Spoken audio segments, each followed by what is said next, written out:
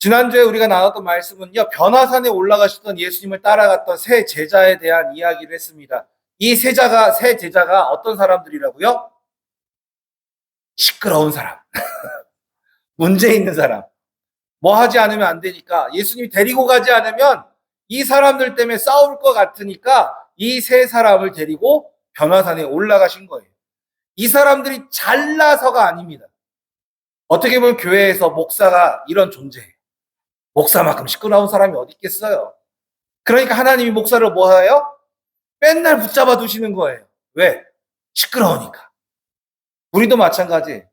하나님 앞에 시끄러운 자가 아니라 사랑받는 자가 우리가 되기를 소망합니다. 문제는 그곳에서 이 특별한 일을 보죠. 예수님이 옷이 하얗게 변화되시는 모습과 누가요? 모세와 엘리야가 예수님과 함께 서 있는 모습을 보고 제자들이 뭐라고 이야기해요? 이곳에 초막셋을 짓고 하나는 예수님을 위해서, 하나는 모세를 위해서, 하나는 엘리야를 위해서 하사이다 이렇게 이야기를 해요. 이유가 뭐라고요? 여기가 왕국이 될 거라는 생각을 가진 거예요. 누가 있으니까? 예수님이 있으니까가 아니에요. 모세와 엘리야가 있으니까. 이제 사람들이 이곳으로 몰려들기만 하면 지금은 초막이지만 뭐예요? 왕궁이 될 거라고 생각했기 때문에 이들이 내어 뱉은 말인 거예요. 그러나 우리가 중요하게 여겨야 될 건 누구예요? 예수님 한 분만 계시더라. 예수님은 충분합니다. 모세와 엘리야의 말을 듣는 게 아니라 우리는 누구의 말을 듣는 자가 된다고요? 예수님의 말씀을 듣는 자가 되어야 합니다. 그리고 나서 이제 내려왔더니 시끌시끌해요. 왜요? 바리새인과 제자들이 싸우고 있는 겁니다. 왜요? 귀신을 쫓아달라고 했는데. 이 바리새인들은 귀신 쫓는 걸 보고 싶은데 제자들은 평상시에 하던 그게 안 되는 거예요. 그러니 바리새인들은 뭐라고 이야기해요? 예수님 능력 없다. 제자들은 뭐예요? 아니야, 능력 있어. 귀신을 쫓아내야 되는데 이게 안 되니까 다툴 수밖에 없는 거예요. 네, 예수님이 오셔서 어떻게 하셔요? 귀신을 쫓아내세요. 제자들이 그 자리에서 묻지 못해요. 왜요? 부끄러우니까. 조용히 예수님에게 묻습니다. 왜 우린 이걸 못했습니까? 이전에도 못했으면 모르겠는데 이전에 다 하던 건데 왜 못했습니까? 주님이 뭐라고 하셔요?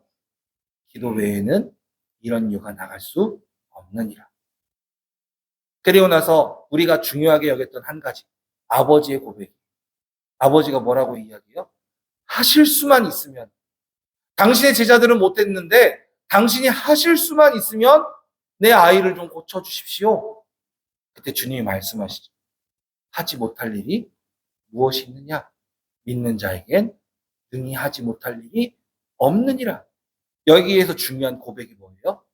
나의 믿음 없음을 용서하소서. 나에게 믿음을 도와주소서. 우리에게 필요한 언어예요. 날마다 우리가 주님 앞에 무슨 고백을 해야 된다고요? 나의 믿음 없음을 용서하시고 나의 믿음 없음을 도와주소서. 우리가 고백하며 나아가는 거룩한 분들이 되시기를 소망합니다. 이제 오늘은요, 그 변화산 사건이 있고 나서 갈릴리에서 가버나움까지 예수님이 제자들과 함께 걸어가시는데 1절, 30절, 31절 여기가 굉장히 중요해요. 그전 같으면 예수님이 가실 때 조용히 가지를 못하세요. 왜요? 사람들이 몰려드니까. 그런데 오늘만큼은 예수님이 사람들이 몰려오는 걸 원치 않으셨어요. 조용히 지나가기를 원하셨다라고 기록해요. 이유가 뭘까요? 본문에 기록되어 있습니다. 제자들을 가르치시기 위해서다라고. 그러니까 제자들은 아직도 뭐에서 못 벗어난 거예요? 자신들이 귀신을 못 쫓아낸 것, 기적을 베풀지 못한 것에서 제자들은 못 벗어난 거예요. 그러니 그 제자들을 가르치시기 위해서 잠시지만 병이 필요한 자들, 치유가 필요한 자들, 무언가 문제가 있는 자들을 잠시 뒤로 하고 제자들을 가르치기 위한 시간을 가지셨다라는 거예요. 두 번째가 있습니다. 뭐예요? 주님의 순환에 대해서 가르치시기 위해서라는 거예요. 그러니까 주님이 이 제자들을 데리고 갈릴리부터 가버나움까지 조용히 가시려고 했던 목적은 뭐라고요? 제자들이 예수님의 순환에 대해서 배우게 하시기 위해서, 깨닫게 하시기 위해서 조용히 가셨는데 문제가 있죠. 이 제자들이 조용히 하지 않았다라는 거예요. 가버나움 한 집에 들어가서 예수님이 묻습니다. 니들이 길거리를 오면서 무슨 이야기를 했느냐? 제자들은 뭐라고 기록되어 있냐면 쟁론하였다라고 나와요. 그 말은 뭐예요? 그냥 이야기했다가 아니에요. 토론을 싸우듯이 했다는 이야기예요. 제자들끼리 싸우면서 얘기한 그게 뭐냐는 거예요. 갈릴리부터 가버나움까지 주님이 제자들과 조용히 가시려고 한 목적이 뭐라고요? 주님에 대해서 이야기하려는 그 목적 때문에 갔는데 정작 제자들은 뭐 했다고요? 누가 크냐 갖고 싸우고 있었던 거예요. 우리가 오늘 본문에서 제일 먼저 발견해야 될 부분이 여기에 있습니다. 항상 문제는 어디서 나오냐면 주님을 알아야 될 순간에 내가 높아지려 할 때 문제가 되는 거예요. 주님을 알아야 될 시간엔 뭐 해야 돼요? 주님을 바라보고 주님을 배우고 주님을 묵상하고 주님 안에서 살아가야 돼요. 그런데 우린 자꾸 제자들의 모습과 별반 다르지 않은 모습을 종종 보여줘요. 어떻게 해요? 교회에서 싸웁니다. 교회에서 더 높아지려고 합니다. 교회에서 나를 주장하기 시작해요. 주님이 먼저가 되고 주님으로 묵상하고 주님만 바라보고 주님만 생각해야 될 교회가 자꾸 내가 되는 순간 교회가 썩어 들어가기 시작하고 교회가 문제가 되는 거예요. 대표적인 인물이 누구라고요? 목사예요. 목사. 목사가 교회 예수 그리스도를 위해 죽어야 되는데 목사가 교회에서 살려고 하는 순간 어떻게 돼요?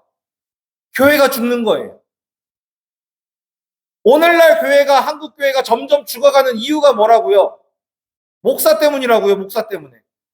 목사가 교회에서 죽지 않고 목사가 자꾸 교회에서 높아지려고 하고 목사가 자꾸 교회에서 예수님을 치워버리려고 하니까 그게 문제가 되는 거예요.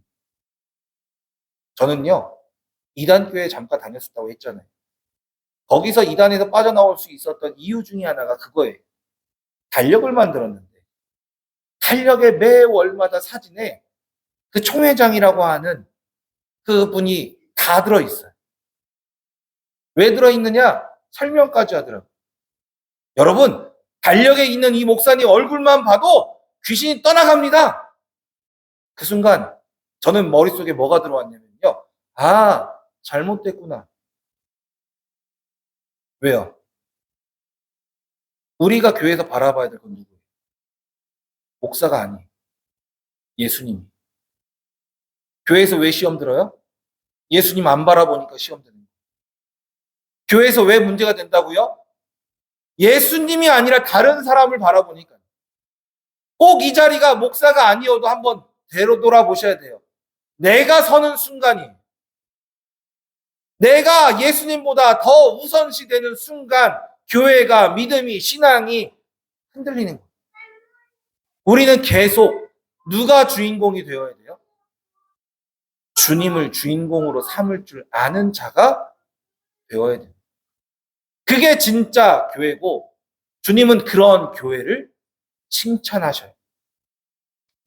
무엇보다 우리에게 중요한 부분이 있습니다. 바로 이 제자들이 무엇을 이야기했냐라는 것.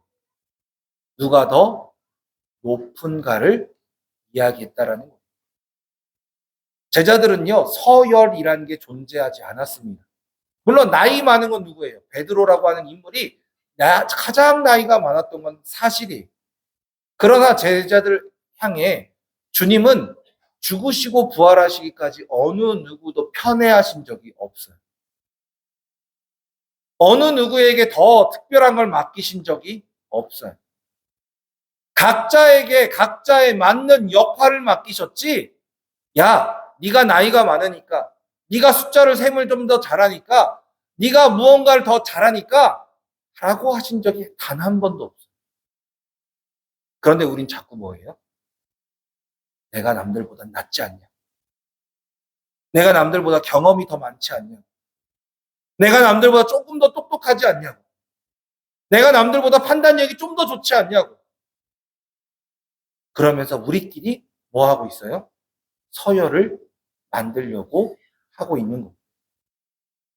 한번 여쭤볼게요. 목사의 역할 중에 하나는 말씀을 대언하는 겁니다. 그러면 그 다음 역할은 뭘까요? 목회자의 역할이요. 말씀을 대언하는 것이에요. 그 다음 목회자의 역할은 뭐예요? 섬기는 것.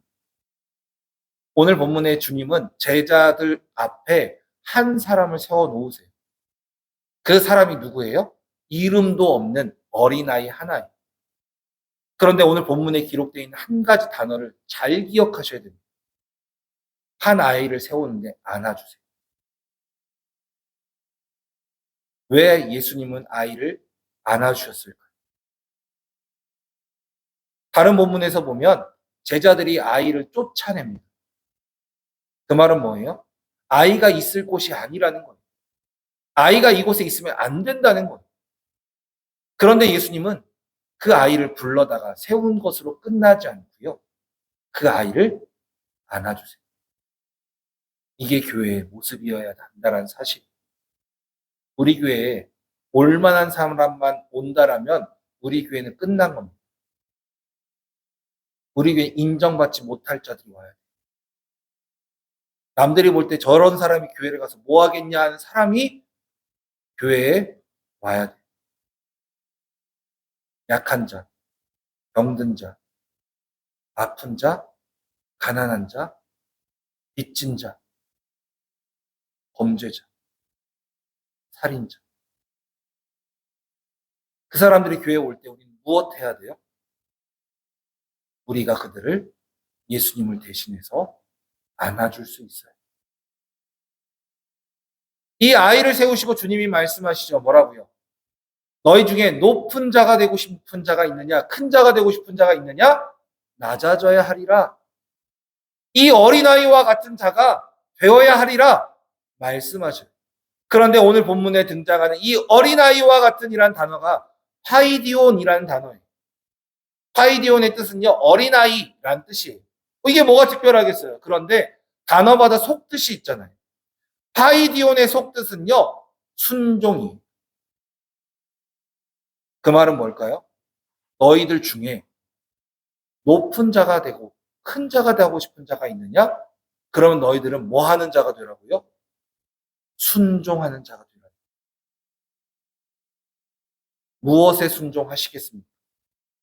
다 답은 알아요. 예수님의 말씀에 순종하는 자가 되어야 돼요. 그런데 오늘 본문의 주님의 말씀은 단순히 예수님의 말씀에 순종하라로 끝나지 않습니다. 상대적인 거예요. 나보다 못한 자의 말에 순종하라는 거예요. 목사의 말이니까 순종하고 장로의 말이니까 순종하라가 아닙니다. 나보다 못한 자의 말에 순종할 수 있는 자가 되어야 한다라는 거예요. 그게 주님이 원하시는 높은 자, 큰 자의 바른 모습이라는 거예요. 목사가 왜 설거지하는지 아세요? 목사가 왜 물 떠다 드리고 치워드리고 심부름하고 왜 그런지 아세요? 저 파이디온이고 제가 어린아이고 제가 순종하는 자가 되어야 하거든요. 그러면 우리는 파이디온이 아닐까요? 우리도 파이디온이 되어야 돼요. 나보다 말 잘하는 자의 말에 순종하라는 게 아닙니다. 어떤 자에게요? 나보다 못한 자의 말에 순종할 수 있는 자. 그게 진짜 섬김의 바른 모습이고 그게 하나님 나라에서 큰 자로 칭찬받는 자의 모습이다라는 사실이. 오늘 본문에서 우리가 한 가지 중요하게 여겨야 될 부분이 있습니다. 왜 하필이면 제자들이 내가 더 큰 자다라고 싸웠을까요? 이유가 성경에 나와 있어요. 오늘 읽어보시면 안 나옵니다. 우리가 지난번에 읽었던 본문을 읽어야 나와요. 주님이 제자들 3명에게 뭐라고 말씀하셔요? 너희들이 이곳에 본 것을 비밀로 하라고 말씀하셔요. 그런데 이 세 제자의 입은 어떤 입이라고요? 기차 화통 삶아 먹은 물의 아들 같은 자들이 입이 얼마나 근질근질했겠습니까? 비밀로 하라니 차마 대놓고 내가 모세 봤다 엘리야 봤다는 못하고 뭐예요? 자부심이 생기기 시작하는 거예요. 내가 높은 자다. 너희들 못 본 걸 난 본 자야. 너희들이 경험하지 못한 거 내가 경험한 자야. 그러니 내가 큰 자일 수밖에. 이게 우리들 마음속에 있어요. 어디에 있을까요? 목사의 마음에 있어요. 내가 목사니까. 내가 장로니까. 내가 권사니까. 내 신앙의 연수가 얼마나 많은지 알아? 니들이 못한 성령의 체험 난 했던 사람이야. 난 치유의 경험도 있고 나는 여러 가지 하나님의 역사들 직접 본 사람이야. 그러니 니들이 뭐라? 내 말에 순종해야지. 이게 바로 제자들이 싸운 이유예요. 주님은 우리를 과거 때문에 칭찬하고 책망하시는 분이 아니세요. 우리가 어떠한 죄를 지었다 할지라도 주님은 뭐 하시는 분이에요? 회개하고 돌아오면 사랑한다 안아주시는 분. 아무리 칭찬받고 아무리 존경받던 사람이라 할지라도 주님 앞에 죄를 짓는 순간 주님 앞에 책망받는 자가 될 수밖에 없다라는 사실입니다. 저는 우리 교회가 이제 과거를 잊어버렸으면 좋겠어요. 과거에 했던 헌신을 잃어버리라는 얘기가 아닙니다. 과거에 내가 무엇 때문에 너보다 높다가 아니라 오히려 내가 그런 경험이 있기 때문에 내가 너보다 낮은 자야. 내가 너를 섬겨줄게. 내가 파이디온이 되어줄게. 라고 이야기할 수 있는 우리 대촌교회가 되기를 간절히 소망합니다. 우리가 누구 앞에서 큰 자가 되어야 할까요? 주님은 이렇게 말씀하셔요. 잔치자리에 가서 어디 앉으라고? 낮은 자리에 앉으래요. 왜요? 주인이 와서 당신의 자리는 저 높은 곳입니다라고 끌어올릴 때 그때 더 칭찬받는 자가 된다라는 거예요. 그런데 내가 높은 자라고 생각하고 높은 자리에 딱 하니 앉아 있는데 주인이 뭐라고요? 이 자리 거기 아니야. 저 밑으로 내려가 하는 순간 부끄러운 자가 된다라는 거예요. 우리는 주님 앞에서 높은 자가 되어야 됩니다. 그렇게 더 낮은 자리에 앉을 때 주님이 우리를 높여 주실 줄 믿습니다. 또 하나 이 부분을 연결 지어서 우리가 생각해야 될 부분이 있어요. 바로 그 직후에 나오는 이야기입니다. 제자들이 예수님께 자랑하기 시작해요. 방금 전에 큰 자가 누구냐 갖고 싸웠다가 혼나가지고 가슴이 움츠러져 있는 이 제자들이 자랑할 일이 뭐가 있겠다고 자랑합니까? 와서 자랑해요. 예수님, 저쪽에 주님의 이름을 빙자해서 귀신 쫓는 자들이 있는데 우리와 함께하지 않을 거면 다시는 예수 그리스도의 이름으로 귀신 쫓지 말라고 우리가 제안하고 왔습니다. 자랑이라고 하고 있는. 우린 답을 이미 알잖아요. 주님은 뭐라고 대답하셔요? 그러지 말래요. 우리가 자꾸 이 제자들의 큰 자 되고 싶은 욕심에서 벗어나지 못하면 제자들과 같은 실수를 반복하는 거예요. 두 번째로 우리가 중요하게 여겨야 될 건 진짜 주의 이름인지 우리라고 하는 주의 이름인지를 우리가 돌아볼 필요가 있는 거예요. 제자들이 왜 그 사람을 제안했을까요? 이유는 하나예요. 우리와 함께하지 않았기 때문에. 사실 제자들이 해야 할 일은 뭐예요? 복음을 증거하는 일입니다. 예수 그리스도의 이름을 더 많이 사용하게 하는 일이 제자들이 해야 할 일이에요. 그런데 제자들은 오히려 그 이름을 사용하지 못하도록 이유가 뭐예요? 우리와 함께하지 않았기 때문에. 여기서 우리가 중요한 이유가 뭘까요? 이 제자들은 겉으로는 나를 주장하지 않았어요. 그러니까 이 제자들 입장에서 예수님 앞에서 뭐라고 생각해요? 나 교만하지 않아요, 주님. 나 겸손한 자입니다. 나를 주장한 적이 없어요. 우리예요.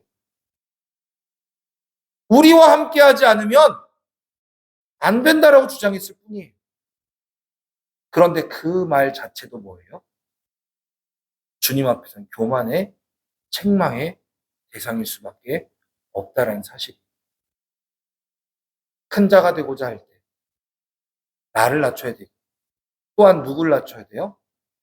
우리를 낮출 수 있는 자가 되어야 돼요. 우리와 함께하지 않은 자도 칭찬할 수 있고 우리와 함께하지 않은 자들도 높일 수 있는 자가 되어야 하는 거예요. 이게 교회의 역할입니다. 자꾸 교회가 실수하는 것 중에 하나가 뭐냐면요.